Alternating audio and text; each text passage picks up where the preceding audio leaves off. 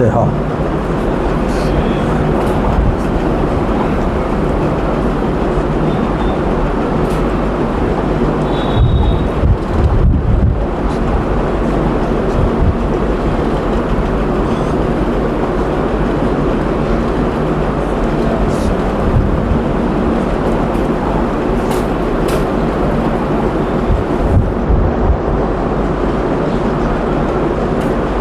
اعوذ باللہ من الشیطان الرجیم، بسم اللہ الرحمن الرحیم، الحمد للہ الذی لا یبلغ مدحتہ القائلون ولا یعصی نعمہ العادون ولا یؤدی حقہ المجتہدون، الذی لا یدرکہ بعد الہمم ولا ینالہ غوث الفتن، الذی لیس لصفتہ حد محدود ولا نعت موجود ولا وقت معدود ولا اجل ممدود، فطر الخلائق بقدرتہ ونشر الریاح برحمتہ وابتدا بالصخور میدان ارضہ، والصلاة والسلام علی الرسول المسدد المصطفى الامجد المحمود الاحمد ابی القاسم محمد،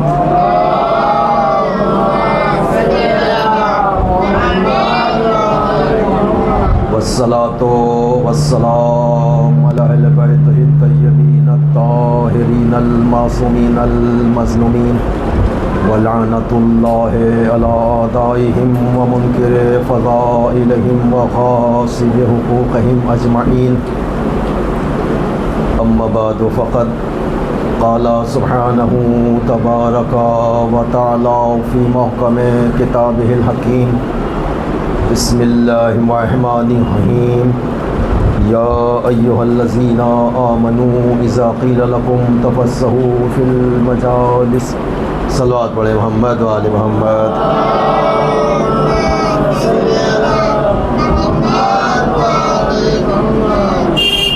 ہماری عزاداری جو عظیم نعمت ہے، جس کا دنیا میں کوئی نعمت بدل نہیں ہو سکتا، جتنا بھی انسان اس نعمت پر شکر ادا کرے وہ کم ہے۔ جب انسان کو کوئی نعمت دی جاتی ہے تو اس کی ذمہ داریاں بھی بڑھ جاتی ہیں۔ شکر نعمت جو ہوتا ہے یہ اضافہ نعمت کا سبب ہوتا ہے۔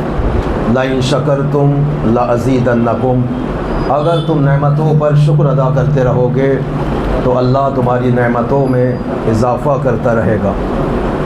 شکر نعمت اضافہ نعمت کا سبب ہے، اور کفر نعمت یہ سلب نعمت کا سبب ہے۔ جب انسان کفر کرتا ہے، نعمتوں پہ شکر ادا نہیں کرتا تو اس سے نعمت چھین لی جاتی ہے۔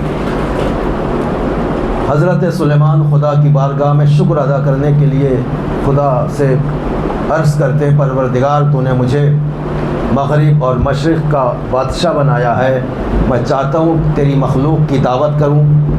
کہا سلیمان ایسا کیوں کرنا چاہتے ہو؟ کہا پالنے والے تاکہ تیرا شکر ادا ہو، تو نے مجھے اتنی عظیم نعمت دی ہے، میں چاہتا ہوں ایک مرتبہ تیری ساری مخلوق کی دعوت کر دوں جو میرے تحت حکومت ہیں۔ آواز آئی ہے سلیمان یہ کام تمہاری طاقت سے باہر ہے، جس طرح سے ہم اپنی مخلوق کو کھلاتے ہیں ہم جانتے ہیں۔ جناب سلیمان کہتے ہیں نہیں پروردگار، میرا دل چاہتا ہے ایک مرتبہ تیری ساری مخلوق کی دعوت کر دوں۔ جب زیادہ اصرار کیا تو اجازت ملی، کہا اچھا تم دعوت کرنا چاہتے ہو کرو۔ اجازت ملنے کے بعد حضرت سلیمان نے حکم دیا دعوت کا انتظام کیا جائے۔ لوگ انتظام کرنے مصروف ہو گئے۔ ہوا کو حکم دیا گیا جہاں سے بھی تیرا گزر ہو ہر ذی حیات سے کہہ دینا فلاں جگہ فلاں وقت حضرت سلیمان نے تمہیں دعوت میں بلایا ہے۔ جنوں کو حکم دیا گیا جہاں بھی کوئی چیز کھانے کی نظر آئے اسے لایا جائے، پورے پولٹری فارم آ گئے۔ انسانوں کو حکم دیا گیا انتظام کیے جائے، جن انسان سب دعوت کے انتظام میں مصروف ہو گئے۔ حضرت سلیمان کا تخت دریا کے کنارے بچھا ہوا ہے، وقت معین پر لوگ آنا شروع ہو گئے، سب اپنے اپنے قرینے سے بیٹھے ہوئے اپنی اپنی جگہ، کھانے کا سلسلہ شروع ہوا۔ کھاتے کھاتے دریا سے مچھلی نے اپنا سر نکالا اور اپنی روزی طلب کی۔ جناب سلیمان نے کہا مخلوق خدا ابھی تجھے مل جائے گا، تھوڑا صبر کر۔ یہ سن کر وہ مچھلی ناراض ہو کے جانے لگی۔ جناب سلیمان نے ناراضگی کا سبب پوچھا، اس مچھلی نے کہا جناب بس اللہ کے اور بندے کے دینے میں یہی فرق ہے، وہ بغیر مانگے دیتا ہے اور یہاں مانگنے پر بھی نہیں ملتا۔ اب یہ سن کر جناب سلیمان پر بڑا اثر ہوا۔ ایک جن کو حکم دیا اس مچھلی کو کھلایا جائے۔ جن اٹھا دیگ لا کر اس کے سامنے رکھ دی کہ جتنا کھانا ہو اس میں سے کھا لو۔ مچھلی پورا صفایا کر گئی، پوری دیگ کھا گئی۔ دوسری دیگ لائی گئی، وہ کھا گئی۔ تیسری دیگ لائی گئی، وہ کھا گئی۔ جب کافی غذا ختم ہو گئی تو جناب سلیمان گھبرائے، پوچھا بھائی جب ایک مچھلی نے اتنا کھا لیا تو میں دوسروں کو کیا کھلاؤں گا؟ مچھلی سے پوچھا بھائی کیا دریا میں سب سے بڑی مچھلی تو ہی ہے؟ اس نے کہا نہیں جناب، میں تو دریا میں سب سے چھوٹی ہوں، بڑی مچھلیوں کے ڈر سے کنارے پر رہتی ہوں۔ اب جناب سلیمان ایک مچھلی نے اتنا کھا لیا، فوراً سر سجدے میں رکھ دیا کہ پروردگار سلیمان میں کہاں طاقت ہے کہ تیری مخلوق کی دعوت کر سکے۔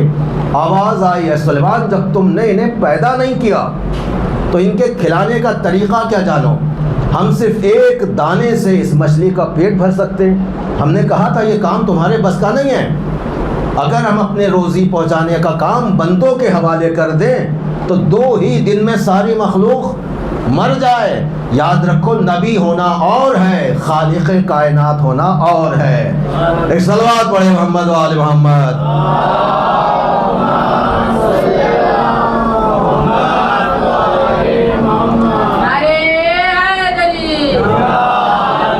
وہ جناب سلیمان جن کو اللہ نے پرندوں کی زبان جاننے کا علم عطا کیا تھا، میں نے عرض کیا جناب سلیمان کہتے علمنا منطق الطیر، اللہ نے ہمیں پرندوں کی زبان جاننے کا علم عطا کیا ہے۔ جناب سلیمان کی عدالت لگتی ہے، پرندوں کی بھی عدالت لگتی تھی۔ پرندے بھی اپنی فریاد لے کر آتے تھے جناب سلیمان کی بارگاہ میں، جیسے آپ لوگ بیٹھے ہوئے ایسی جناب سلیمان کی عدالت، پرندے آ رہے ہیں اپنی اپنی شکایتیں فریادیں جناب سلیمان کے سامنے پیش کر رہے ہیں۔ ایک ڈالی پر 2 پرندے بیٹھے ہوئے تھے، آپس میں باتیں کر رہے تھے، تاریخ نے لکھا آپس میں باتیں کر رہے تھے، محبت کی بات۔ اس لیے جب پرندے آپس میں بیٹھتے ہیں تو محبت کی بات کرتے ہیں۔ ہم لوگ جب آپس میں بیٹھتے ہیں محبت کی بات کریں، نفرت کی بات کریں، ہمیں اختیار ہے، مگر جب پرندے بیٹھتے ہیں، آواز اس کی کوئی آواز آ نہیں رہی ہے، تھوڑا سا ایک صلوات پڑھے محمد و آل محمد۔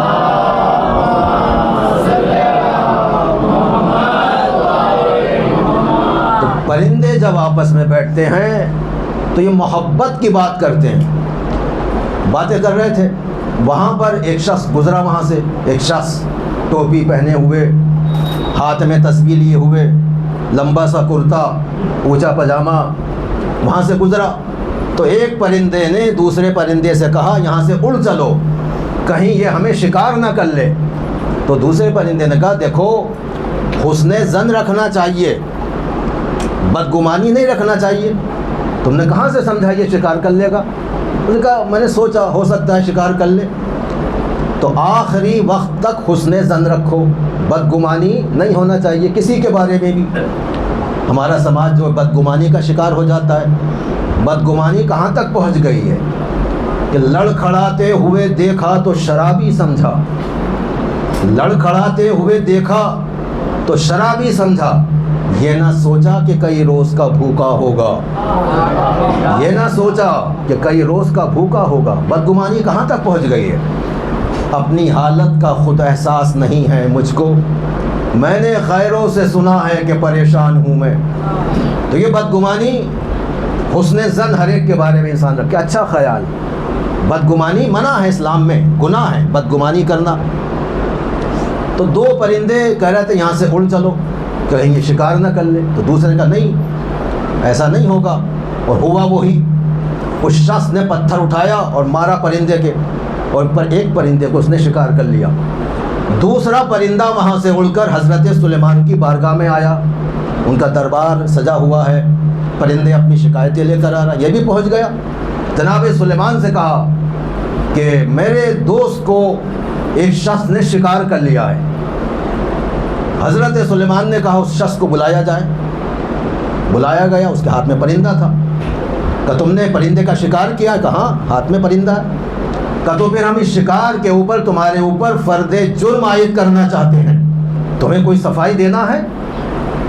کہ یا نبی اللہ، پہلے آپ یہ بتائیے اللہ کے قانون میں پرندوں کا شکار ناجائز تو ہے نہیں، یہ حلال ہے پرندوں کا شکار، میں نے کوئی ناجائز کام نہیں کیا ہے۔ اب وہ پرندہ بولنے لگا، جناب سلیمان سے جو بیٹھا ہوا تھا، وہ شکاری سے نہیں، جناب سلیمان سے بولنے لگا۔ اب وہ جو پرندہ بولا ہے اس پر آپ کو بھی بولنا ہے، خاموش نہیں بیٹھے رہنا ہے۔ پرندے نے کہا جناب سلیمان سے، یا نبی اللہ، یہ ہم بھی جانتے ہیں کہ ہمارا شکار جو ہے اللہ کے نظام میں حلال ہے، ہمیں شکار ہونے پر کوئی اعتراض نہیں ہے، اعتراض اس بات پر ہے اگر اسے شکار کرنا تھا تو یہ شکاری کے بھیس میں آتا، یہ ملا بن کے کیوں آیا؟ صلوات پڑھے محمد و آل محمد۔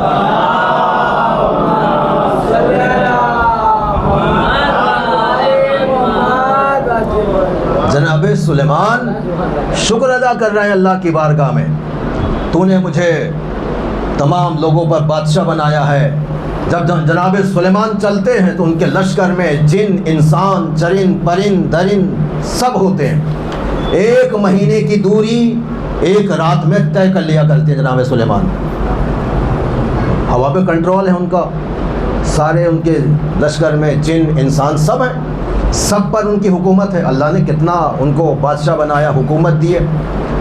تو در اہل بیت پر آنے والا جب آتا ہے تو پھر وہ دامن اہل بیت چھوڑنا گوارا نہیں کرتا۔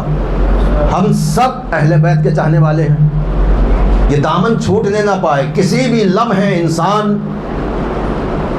آل محمد سے غافل نہ ہونے پائے۔ جو سچی محبت کرتے ہیں وہ مر جانا گوارا کرتے ہیں، مگر دامن اہل بیت چھوڑنا گوارا نہیں کرتے۔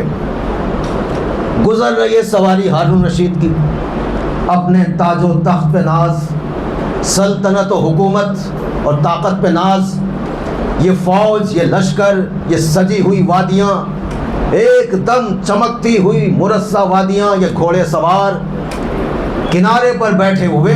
ایک فقیر نے کہا بادشاہ ذرا مجھے بھی کچھ کہنا ہے، ذرا میری بھی کچھ سنتے جاؤ۔ وہاں وہ شاہی تخت و تاج، ظاہری شان و شوکت پہ ناز، پلٹ کے بھی نہیں دیکھا کون بلا رہا ہے۔ اس نے پھر آواز دی، بادشاہ ذرا مجھے بھی کچھ کہنا ہے، میری بات بھی سنتے جاؤ۔ وہی غرور کا انداز، وہی ٹہنی گردن، چلے جا رہے ہیں۔ اب جملہ سنیے، اب جو اس نے آواز دی، بادشاہ کیا تم میری تھوڑی سی بات بھی نہیں سن سکتے؟ کم سے کم اتنا تو سمجھ لو کہ نہ تو میں اس چونٹی سے زیادہ حقیر ہوں کہ جس نے حضرت سلیمان کو روک کر بات کی تھی، اور نہ تم اس سلیمان سے بڑھ کر ہو جو رک کر چوٹی کی بات سن رہے تھے۔ کیا کہا اس آدمی نے کہ نہ تو میں چوٹی سے زیادہ حقیر ہوں، کمتر ہوں، اور نہ تم اس رسول سے، اس سلیمان نبی سے افضل ہو۔ بس یہی میں آپ سے بھی کہوں گا، جب آپ کسی سے کچھ تبلیغ کرنے چلیے، وہ کہے کہ ہم آپ کی بات نہیں سنیں گے، تو اتنا کہہ دینا جناب نہ تو ہم اس چوٹی سے زیادہ حقیر ہیں اور نہ تم اس سلیمان سے بڑھ کر ہو جو رک کر دوسروں کی بات سن لیا کرتا تھا۔ کم سے کم کسی کی تبلیغی گفتگو رک کر سن لیجئے کہ اسلام کیا کہنا چاہتا ہے اور در اہل بیت سے کیا پیغام ملنا چاہتا ہے۔ تو جب آپ ملتفت ہو گئے تو پھر میں آپ کو یاد دلا دوں، ایک پرندہ ہی تو تھا، اور کیا تھا؟ وہ جناب سلیمان کی بارگاہ میں اتنا محترم ہو گیا۔ ہدہد یہ افسر ہے، انٹیلیجنس افسر جناب سلیمان کے لشکر میں، یہ خبریں لاتا ہے۔ ہدہد جناب سلیمان نے ایک مرتبہ دیکھا یہ غائب ہے، پوچھا یہ کہاں چلا گیا، ذرا یہ واپس آ جائے، اس کو سزا دی جائے گی۔ ظاہر پکارا، جب پکارا جناب سلیمان نے تو اس لشکر پر اس کی عظمت سامنے آئی یا نہیں آئی کہ اتنے بڑے لشکر میں جناب سلیمان نے اس ہدہد کو پکارا۔ ایسی کیا خاص بات ہے ہدہد میں تو تاریخ نے لکھا ایک پرندے کو اس پرندے سے حسد ہو گیا، ایک پرندے کو اس پرندے سے حسد ہوا کہ جناب سلیمان کی بارگاہ میں اتنا مقبول کیسے ہو گیا۔ وہ کوئی اور صاحب نہیں تھے، کوے صاحب تھے۔ کوے کو بڑا حسد ہوا کہ جناب سلیمان کی بارگاہ میں اتنا مقبول کیسے ہو گیا۔ اس نے پوچھا ہدہد سے، بھئی کیا خاص بات ہے تمہارے لیے؟ سننے میں آتا ہے کہ تم اڑتے ہو آسمان کی بلندی پر اور زمین کے نیچے تمہاری نظر دیکھ کر بتا دیتی ہے پانی کہاں پر ہے۔ کہاں بھئی؟ اللہ کی عطا ہے، اللہ کا فضل ہے۔ تو کوے کو پھر یقین نہیں آیا ان کی صلاحیت پر، کہا عجیب بات ہے، تم اڑتے ہو آسمان کی بلندی پر اور زمین کے نیچے پانی دیکھ کر بتا دیتے ہو، لیکن زمین کے اوپر جو شکاری تمہارے لیے جال بچھاتا ہے اس میں پھنس جاتے ہو۔ زمین کے اوپر جال دیکھ نہیں پاتے، زمین کے نیچے دیکھ لیتے ہو۔ وہ بھی بڑا ذہین تھا، اس نے جواب دیا جب اللہ کی طرف سے کسی کا وقت معین ہو جاتا ہے تو وہ بھی اپنے سامنے کسی کو نہیں دیکھ پاتا ہے۔ ایک صلوات پڑھے محمد و آل محمد۔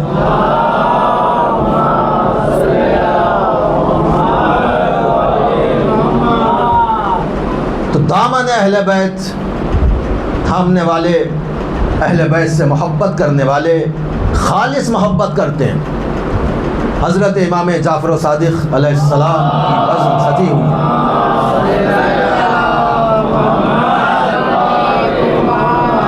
مدینے میں، امام کے چاہنے والے، امام کی بزم ہر وقت سجی رہتی تھی۔ لوگ آتے تھے، اپنے علم کی پیاس بجھاتے ہیں۔ مدینے میں ایک شخص امام کا چاہنے والا، ایک شیعہ، غریب شیعہ رہتا تھا۔ اس پر ایسی نوبت آ گئی، اس کے پاس کھانے کے لیے کچھ نہیں ہے۔ 2 دن گزر گئے، بیٹھا ہوا ہے، کیا کیا جائے، بچوں کی کیسے جان بچائی جائے، بیٹھا ہوا ہے، سوچ رہا ہے۔ اس کی بیوی نے اسے جھنجھوڑا کہ کیا بیٹھا ہوا سوچ رہا ہے، میں نے تجھ جیسے کمزور عقیدے کا انسان نہیں دیکھا۔ کہ میرا کون سا عقیدہ کمزور ہے؟ کہ مدینے میں کرم کا سمندر بہہ رہا ہے اور تو یہاں بیٹھا اپنی قسمت پہ رو رہا ہے۔ ارے جا امام کے پاس، وہ تیری مشکل کو حل کر دیں گے۔ 2 وقت کی روٹی کا مسئلہ کون سا مسئلہ ہے؟ تو اس نے کہا ارے یہ بات تو میرے ذہن میں آئی نہیں۔ وہ اٹھا، تھوڑے سے فاصلے پہ تھا، چلا، سواری تو تھی نہیں، پیدل چلا، آیا امام کی بزم میں، دروازے پر آیا، رک کر امام کو سلام کیا۔ امام نے جواب سلام دیا کہ مولا اجازت ہے کہ میں آ جاؤں؟ کہا جاؤ۔ اب سب نے اپنے جوتے باہر اتارے، سب کے جوتے باہر ہیں، اس نے بھی اپنے جوتے اتارے، سب کے جوتے باہر رکھے ہوئے تھے۔ آیا امام کی خدمت میں، آ کر بیٹھ گیا۔ اب غیرت ہے کہ گوارا نہیں کرتے امام سے سوال کرے سب کے سامنے۔ امام نے چہرے کو دیکھا اور دل کو پڑھ لیا، فرمایا جو حاجت ہے اس کو بیان کرو۔ کہ مولا سب کے سامنے بیان کرتے ہوئے شرم آتی ہے۔ امام نے فرمایا نہیں، یہ سب ہماری چاہنے والے ہیں، جو بھی حاجت ہے بیان کر دو۔ کہ مولا گھر میں 2 دن ہو گئے ہیں، کھانے کے لیے کچھ نہیں ہے، تھوڑی سی آپ میری مدد فرما دیجئے، روٹی کا انتظام کر دیجئے۔ تو امام کو کیا چاہیے تھا؟ امام کو چاہیے تھا کہ تھوڑا سا راشن دیتے، روٹی کا انتظام کر دیتے، مگر امام نے فرمایا کہ وہ نالین وہاں میری رکھی ہوئی ہے، وہ لے کر چلے جاؤ۔ جب وہ بھی بڑا مضبوط عقیدے کا تھا، اس نے بھی سوال نہیں کیا، اعتراض نہیں کیا، نالین کو اٹھایا اور لے کر چلا، اپنے پیروں سے جوتے اتارے، امام کی نالین کو سر پہ رکھا، ننگے پیر چلا۔ یہ ننگے پیر کیوں چلا؟ اس لیے کہ جب تبرکات امامت تمہارے اوپر ہو تو پیروں میں جوتے نہیں ہوتے۔ اب جا رہا ہے، امام کی نالین کو سر پہ رکھا جا رہا ہے، اور کسی نے سوال کیا مولا سے، مولا وہ 2 وقت کی روٹی کا مسئلہ لے کر آیا تھا اور آپ نے کہا میری نالین لے کر چلا جا۔ بھئی جواب تو برابر نہیں ہوا، سوال کیا ہے اور آپ نے جواب اس کو کیا دیا ہے؟ امام نے فرمایا ہم نے اسے اتنا دے دیا ہے، اتنا دے دیا ہے کہ اس کی آنے والی 7 نسلیں دونوں ہاتھوں سے خزانہ لٹائے تو خزانہ ختم نہیں ہوگا، نسلیں ختم ہو جائیں گی۔ کتنا مانگا تھا؟ 2 وقت کی روٹی۔ امام نے کتنا عطا کیا؟ کہ آنے والی 7 نسلیں دونوں ہاتھوں سے لٹائیں خزانہ۔ تو خزانہ ختم نہیں ہوگا، نسلیں ختم ہو جائیں گی۔ اب یہ چلا لے کے جا رہا ہے۔ اب وہاں ایک شخص، مدینے میں ایک جگہ ہے جہاں ایک شخص تاجر بہت بڑا سامان تجارت بیچ کر آ رہا تھا، ایک جگہ اس کا خیمہ لگا ہوا ہے، سونا چاندی ہیرے جواہرات سب لدے ہوئے ہیں۔ یہ خیمے سے باہر نکلا، دیکھا ایک شخص صحرا میں چلا آ رہا ہے، اسے سوچا یہ کون ہے جو گرمی میں آ رہا ہے، چلو اس کی تھوڑی سی مدد کر دیتا ہوں، اس کو سواری دے دیتا ہوں یہ تاکہ اپنے گھر آرام سے چلا جائے۔ کہ جب وہ قریب آیا تو دیکھا کہ اس کے پیروں میں جوتے نہیں ہیں اور نالین سر پہ رکھے ہوئے۔ پہلے تو تاجر کو خیال آیا شاید لگتا ہے یہ پاگل انسان ہے، تو اس نے کہا میں پوچھتا ہوں اس سے۔ جب وہ قریب آیا تو پوچھا بھائی یہ بتاؤ، بات میں تم سے بعد میں کروں گا، پہلے تم یہ بتاؤ تم عقل مند ہو یا دیوانے؟ تم عقل مند ہو یا دیوانے؟ کہا میں عقل مند تو اپنے آپ کو نہیں کہتا، دیوانہ ہوں آل محمد کا۔ اب تو سمجھ لے کہ جو آل محمد کا دیوانہ ہوتا ہے وہی سب سے بڑا عقل مند ہوتا ہے۔ کہ یہ بتاؤ ان جوتوں کو، نالین کو پیروں میں ہونا چاہیے یا سر پہ ہونا چاہیے؟ اس سے پوچھا بھائی یہ بتا یہ جوتے یہ نالین یہاں ہوتے ہیں یا یہاں ہوتے ہیں، ان کو کہاں ہونا چاہیے؟ تو اس نے کہا اگر تجھے پتہ چل گیا یہ نالین کس کی ہے تو تو پیروں میں نہیں سر پہ رکھے گا۔ کہ کس کی نالین ہے؟ کہ فرزند رسول حضرت امام جعفر صادق علیہ السلام کی ہے۔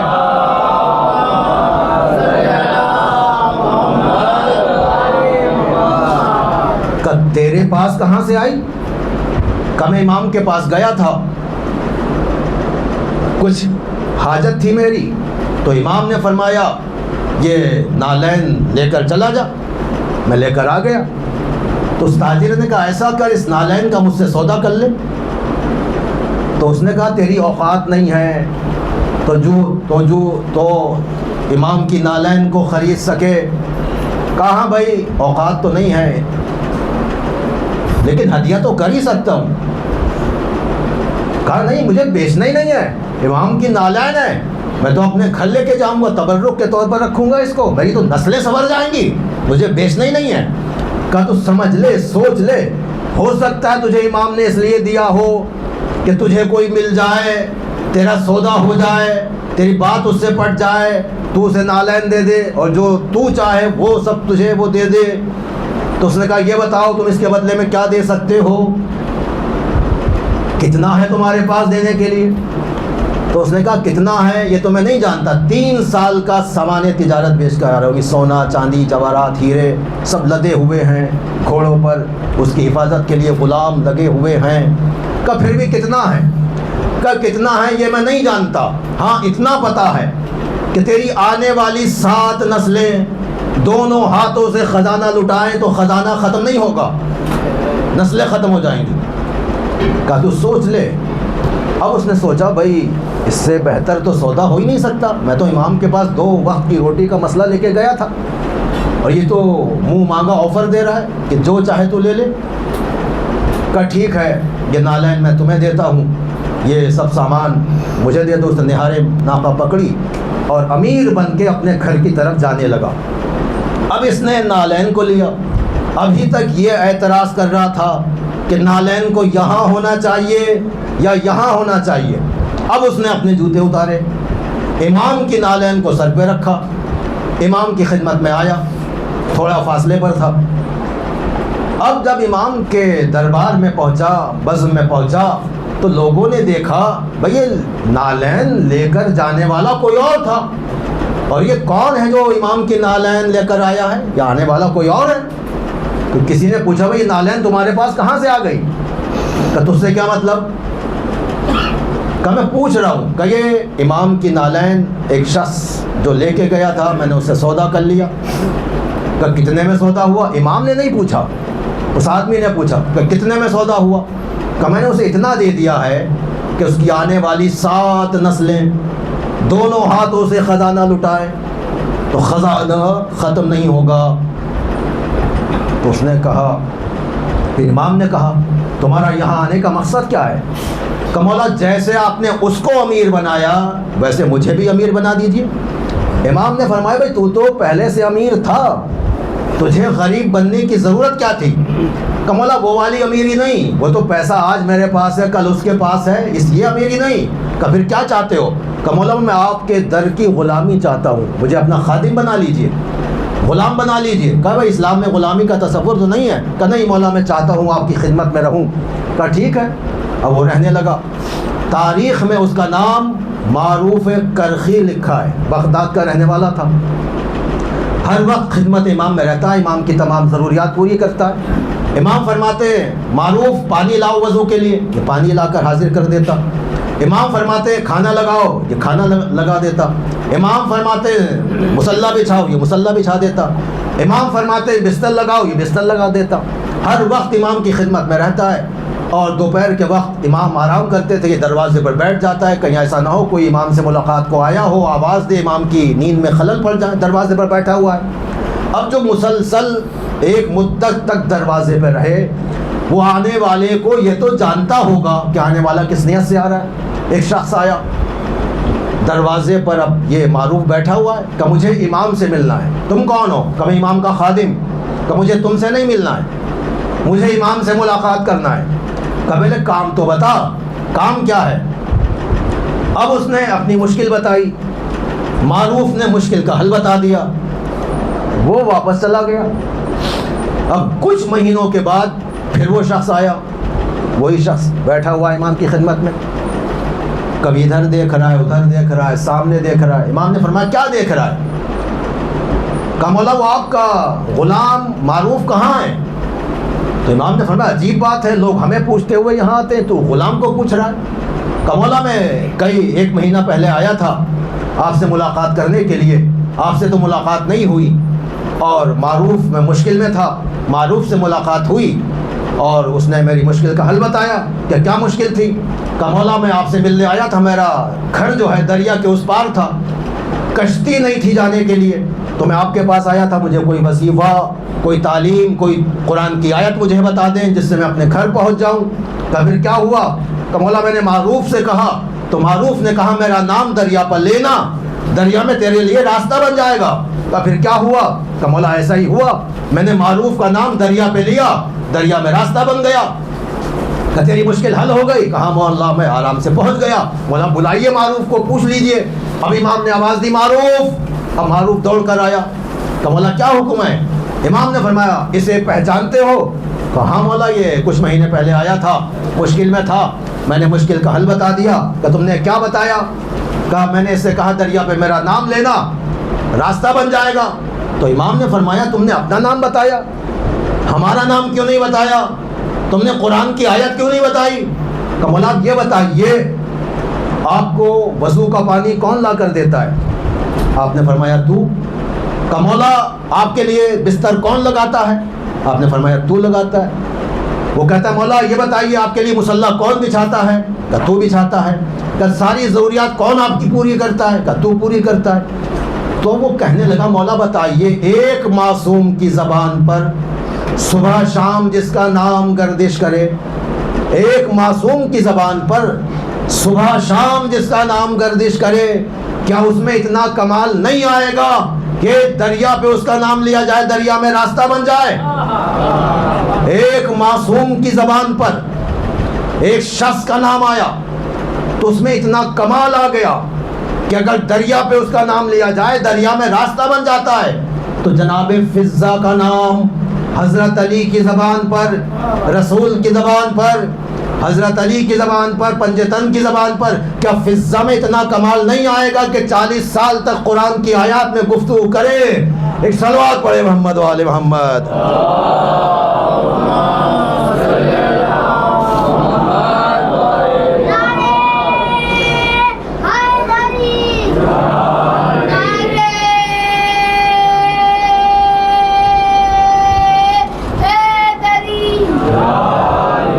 آئیے تھوڑا سا آپ حضرات آگے آ جائیے صلوات پڑھتے ہوئے۔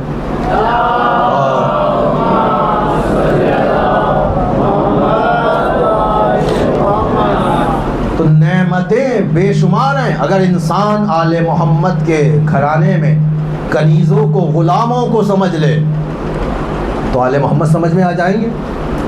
اتنا مقام دے دیا ہے آل محمد نے، اتنا علم دے دیا ہے۔ فضہ کتنا علم ہے، ان سے پڑھ کر مدینے میں کوئی عورت نہیں ہے، ہر بات کا جواب قرآن کی آیت سے دیتی ہیں۔ تھوڑا سا اور آگے آ جائیے بعد میں، تاکہ آنے والوں کو تھوڑا زحمت نہ ہو۔ ایک اور صلوات پڑھ لیجیے۔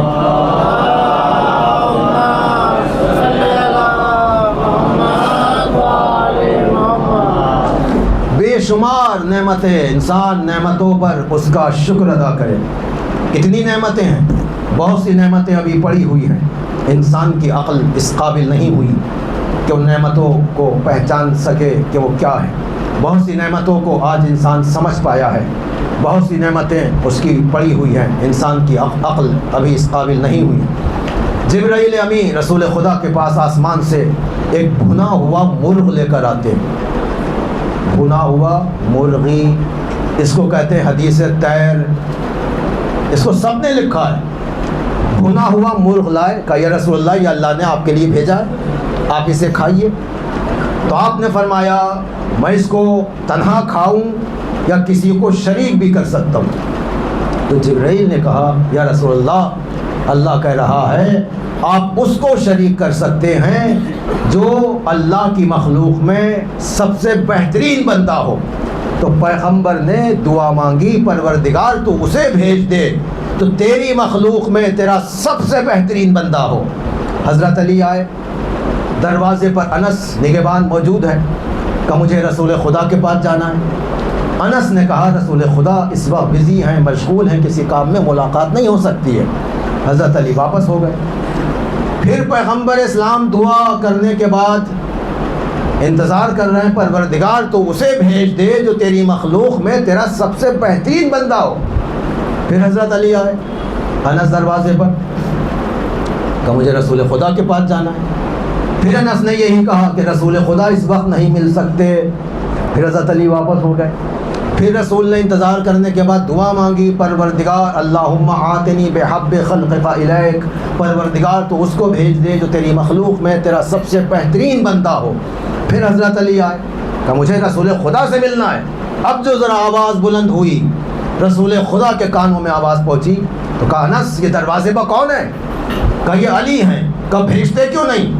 حضرت علی داخل ہوئے، سلام کیا، نبی نے جواب سلام دیا۔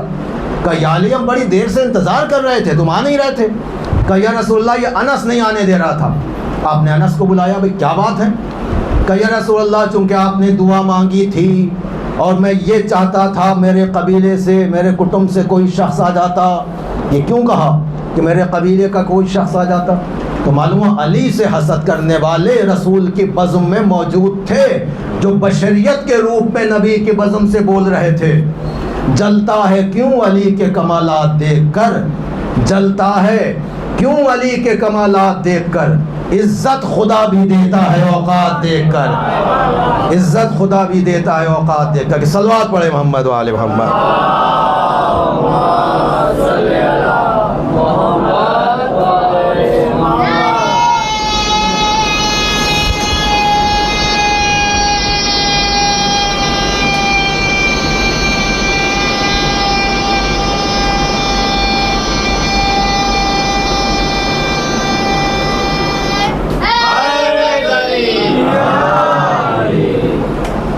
یہ نعرہ بھی شرافت مردانگی کا نعرہ ہے۔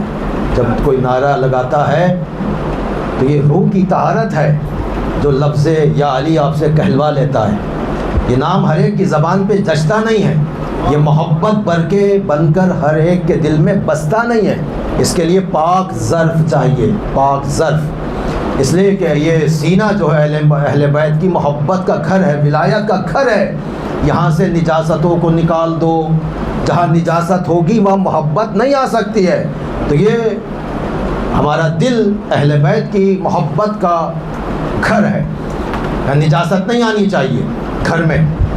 اور اہل بیت کا گھرانہ، اس گھرانے میں جو بھی فرد آئی، چھوٹے چھوٹے کم سن بچے، یہ تو آل محمد، یہ تو بڑی عظمتوں کی منزلیں ہیں۔ ان سے ہٹ کر بھی کچھ نیچے آئیے، وہ بھی اتنی عظمتوں کی منزل ہے جس کا ہم اور آپ تصور نہیں کر سکتے۔ آج جناب اون محمد سے منسوب بھی تابوت برآمد ہوگا، آپ زیارت کریں گے، وہ جناب اون محمد جن پر جناب زینب کو ناز، ابو الفضل عباس کو فخر، جناب زینب کو ناز، یہ کم سن بچے کم سنی میں اتنی عظیم شجاعت پیش کرتے ہیں کہ دنیا دیکھ کر حیران ہے۔ وہ آن محمد جن پر جناب زینب کو ناز ہے، جب مدینے سے قافلہ چلا تو یہ دونوں فرزند شروع میں شریک نہیں ہوئے۔ صاحب سرور المومنین نے لکھا کہ جب تھوڑی دور قافلہ چلا گیا تو کسی نے کہا مولا مدینے کی طرف سے گرد اڑ رہی ہے، دو چھوٹے چھوٹے سوار گھوڑوں پر بیٹھے چلے آ رہے ہیں۔ کس دل کے ساتھ جناب زینب مدینے سے چلی، اپنے بیمار شوہر کو دیکھا تو میں تو بھائی کے ساتھ جا رہی ہوں، آپ کی بیماری میں آپ کو کون دیکھے گا، اپنے یہ فرزند چھوڑ کر جاتی ہوں، کم سے کم آپ کی بیماری میں آپ کی دیکھ بھال کرتے رہیں گے۔ جناب زینب نے اطاعت شوہری کے اس رشتے کو سامنے رکھتے ہوئے اپنے بیٹوں کو چھوڑ تو دیا ہوگا، لیکن سچ بتلائیے مدینے سے نکلنے کے بعد علی و فاطمہ کی بیٹی کے دل پر کیا گزرتی ہوگی جب سامنے لیلا کا فرزند نظر آتا ہوگا، مسلم کے فرزند نظر آتے ہوں گے کہ ہر ایک بیوی اپنے بچے کو لے جا کر پیش کرے گی، میرے بچے ہیں تو باپ کی خدمت میں مدینے میں رہ جائیں گے۔ جناب زینب جا رہی ہیں، کسی نے کہا مولا مدینے کی طرف سے دو سوار بیٹھے ہوئے چلے آ رہے ہیں۔ دونوں شہزادے آئے، امام حسین کی خدمت میں پہنچے، ادب سے خط پیش کیا۔ امام حسین نے خط کو لیا، پڑھا، لکھا تھا عبداللہ ابن جعفر کی طرف سے، آقا اگر میں اپنی بیماری کے سبب آپ کا ساتھ نہیں دے سکتا تو اپنی طرف سے ان بچوں کو بھیج رہا ہوں تو جا کر آپ کی نصرت کریں، آپ کا حق کا ساتھ دیں۔ یقیناً دونوں شہزادے پلٹ کر آئے ہوں گے مادر گرامی کی خدمت میں، ماں نے بھی سینے سے لگا لیا ہوگا پیشانی۔ شب عاشور امام حسین خیموں کے درمیان یہاں سے وہاں، وہاں سے یہاں حال احوال ایک ایک خیمے کا معلوم کرتے چلے جا رہے تھے، یہاں تک کہ آپ ایسے خیمے کے قریب سے گزرے تو جناب زینب کا خیمہ تھا، امام خیمے کے باہر رک گئے، آواز سنی جناب زینب کی، وہ کسی سے کچھ کہہ رہی ہے۔ جب غور سے سنا تو کیا سنا، جناب زینب دونوں بچوں کو بٹھائے ہوئے کہہ رہی ہیں شہزادوں دیکھو کل ہر ایک بیوی اپنے اپنے بچے کو پیش کرے گی، دیکھو کل نصرت امام میں کوئی کمی نہ کرنا، کل اپنی جان قربان کر دینا، کل اپنی ماں کو سرخ رو رکھنا۔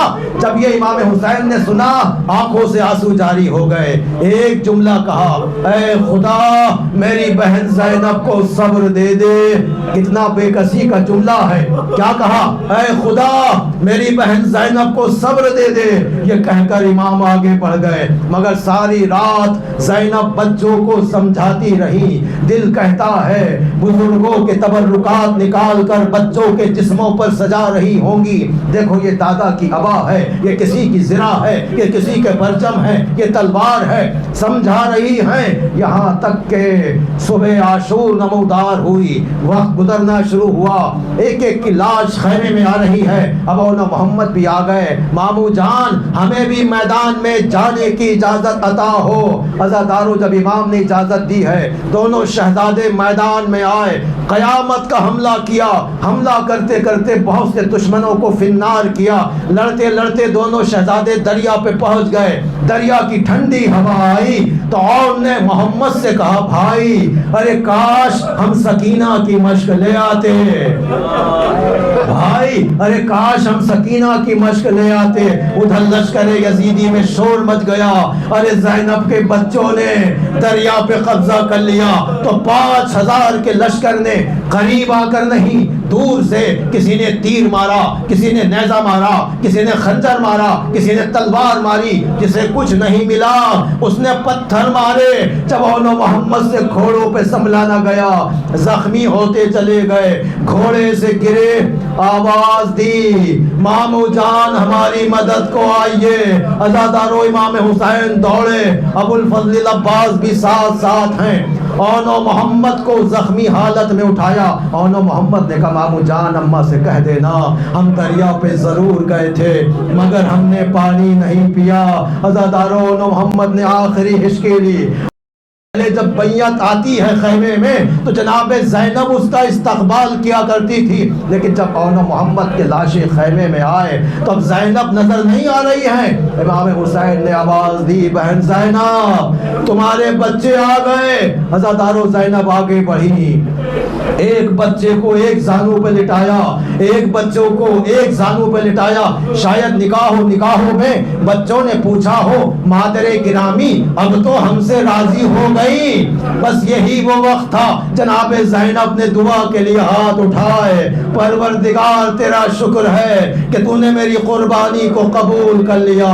عزادارو جب اون محمد کی لاشیں آئی ہیں تو جناب زینب نے گریہ نہیں کیا، شہزادی ہم آپ کے چاہنے والے، آپ نے گریہ نہیں کیا، ہم آپ کے بچوں کا تابوت اٹھا کر آپ کو پرزا دے رہے ہیں۔ واہ حسینہ واہ علیہ کی آوازیں ہیں، انا للہ و